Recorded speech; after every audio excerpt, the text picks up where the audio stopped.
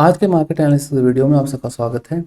आज हम डिस्कस करते हैं मंडे के लिए एफआईज ने भारतीय बाजारों में क्या किया है और उनका अगले एक्सपायरी को लेकर व्यू क्या बनता है। लेकिन डाटा पे जाने से पहले 2 मिनट हम डिस्कस करते हैं आज हुआ क्या।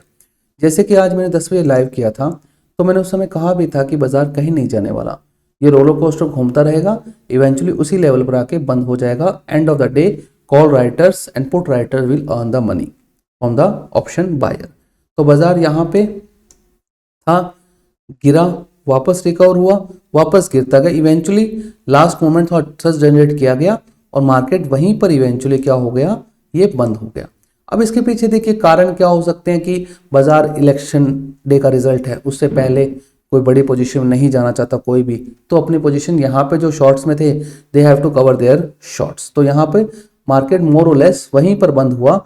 लेकिन जो आरबीआई का रेट कट की जितनी बड़ी थीम बनाई गई उतना हुआ कुछ भी नहीं। और इवेंचुअली मैंने जो उम्मीद की थी मैं रॉन्ग था उसके अंदर। मैंने नहीं सोचा था कि वो रेट काटेंगे। अब पॉलिटिकल प्रेशर भी एक चीज होती है जो मैंने निगलेक्ट कर दी थी कि आरबीआई गवर्नर पर नहीं हो सकता, but they are influenced. Rate काटने का कोई लॉजिक बनता नहीं था इकोनॉमिकली कि इतने हम इन्फ्लेटेड चीज के अंदर हैं, टैरिफ वॉर स्टार्ट हो चुके और उसके अंदर आप रेट काट रहे हैं, that is no making sense. और आपका रूपी कमजोर हो जाएगा, इससे आपका रूपी कमजोर हो जाएगा, प्लस आपकी बॉन्ड यील्ड गिर जाएगी। तो भी उन्होंने काट दिया। अब कितने आगे काट सकते नहीं काटते, that is the main point कि ये आगे काटेंगे तब बात होगी।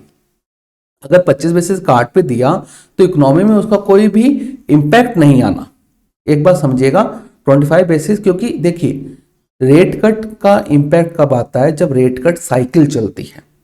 मतलब हर एक मीटिंग में 25-50 कट के जो 6.5-6.75 की रेट को आप 5.5 तक लेके आओ, तो होते हैं रेट कट साइकिल, जो एक्चुअली में होना चाहिए इन द डिप्रेस्ड पॉइंट में।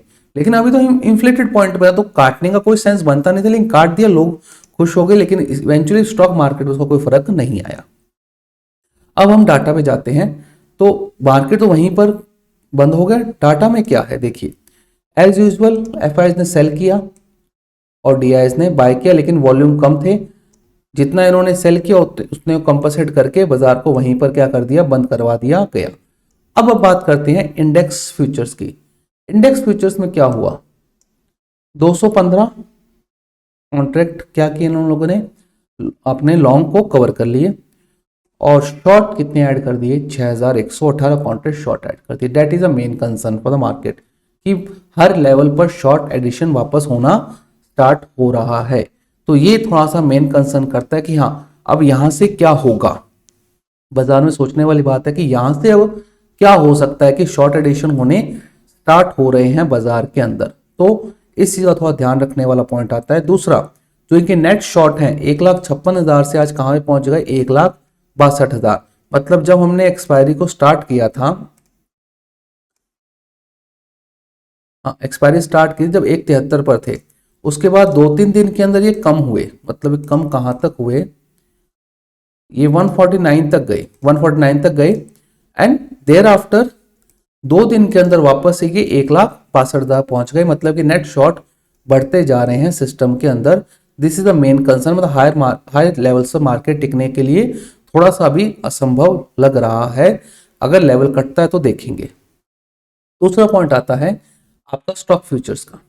स्टॉक फ्यूचर्स में जितने लॉन्ग के कॉन्ट्रैक्ट उतने ही शॉर्ट मार दिए, तो इवन बैलेंस में लेकर गए हैं उसको। अब आते हैं ऑप्शन के डाटा के ऊपर। ऑप्शन में क्या किया, कॉल लॉन्ग की 36,000, सामने कॉल शॉर्ट कर दी 15,000।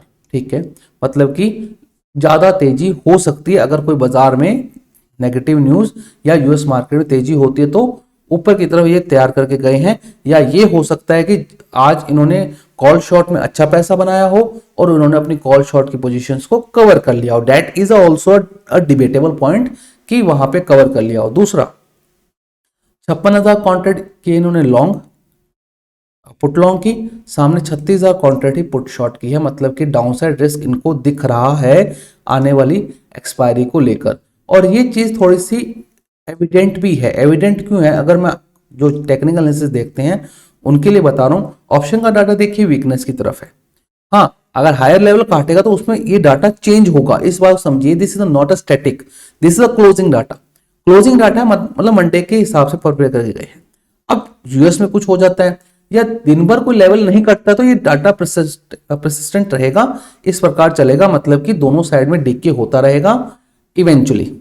तो ये चीज है। लेकिन अगर मैं कहूं ब्रॉडर पिक्चर आपको दिखाऊं तो आप एक चीज देखिएगा, ये मैंने अपने लाइव में डिस्कस किया अभी, कि बाजार जो है हाई नहीं काट रहा, मतलब कि ये हाई जो है 5 मिनट कैंडल के अंदर ये नहीं काट रहा साला, मतलब पिछले 3 दिन से देखिए, 3 दिन से, मतलब कि पहला वेनेसडे को यहां पर हाई मारा इसने,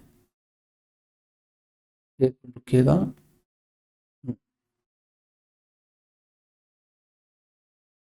पहला वेनेसडे को इसने यहां पे हाई मारा,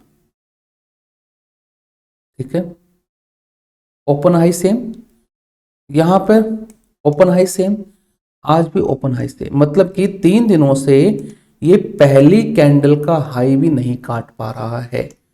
ये चीज देखने वाली बनती है सबसे इंपॉर्टेंट कि 3 दिनों से this is a dangerous thing, मतलब 3 दिनों से अपना पहले कैंडल का हाई भी ये नहीं काट पा रहा है।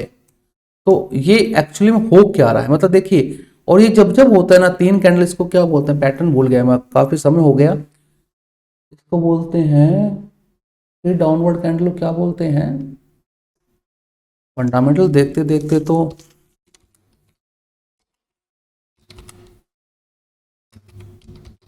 कैंडल पैटर्न क्या बोलते हैं,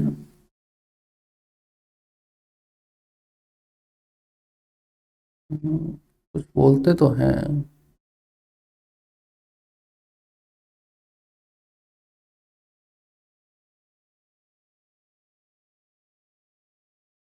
हाँ ब्लैक क्रॉस, ब्लैक क्रॉस।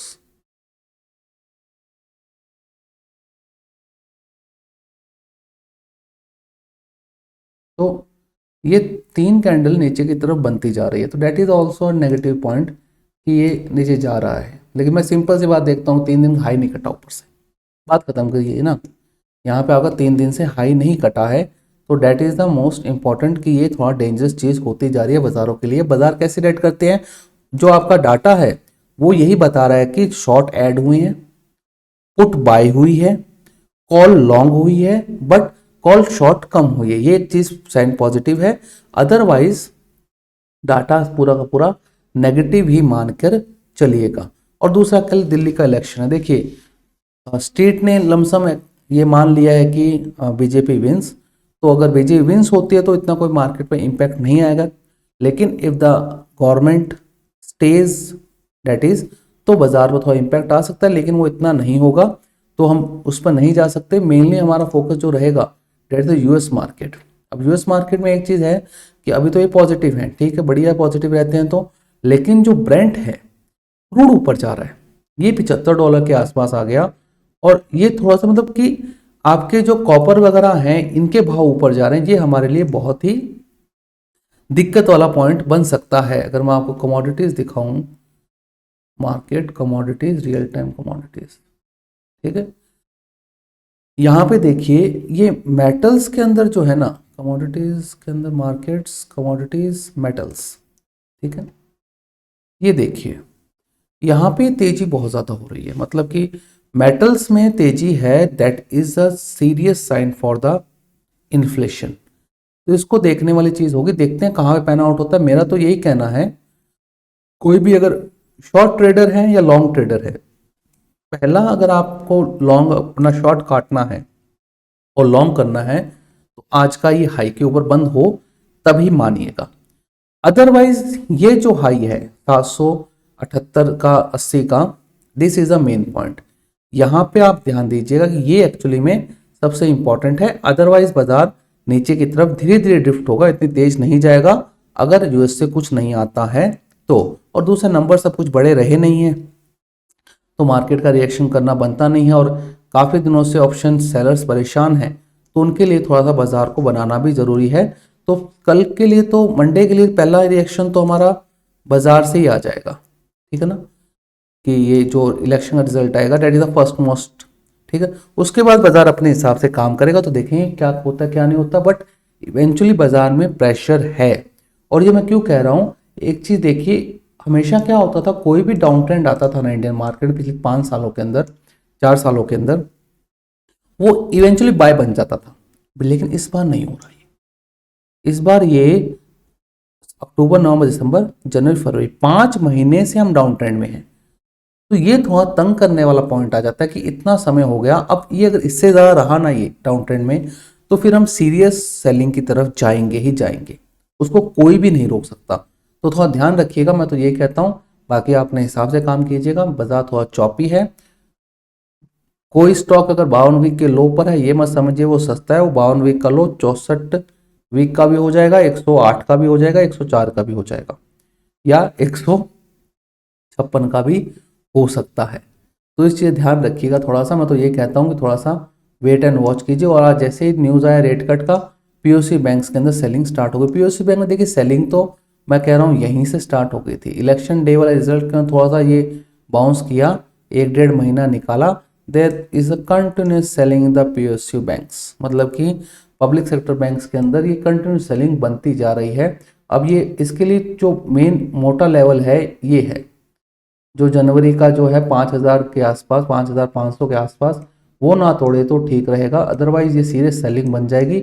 और पहला जो जो आएगा रेजिस्टेंस, ये 4 जून का लो जो है वो रहेगा। अब एक देखिए, सेक्टोरल इंडेक्स में कई इंडेक्सेस के अंदर 4 जून का लो हिट हो रहा है।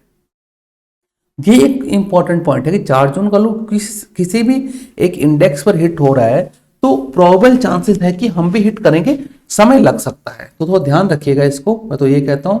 और अगर आप नए हैं चैनल पर, लाइक शेयर सब्सक्राइब जरूर कीजिएगा। Thank you.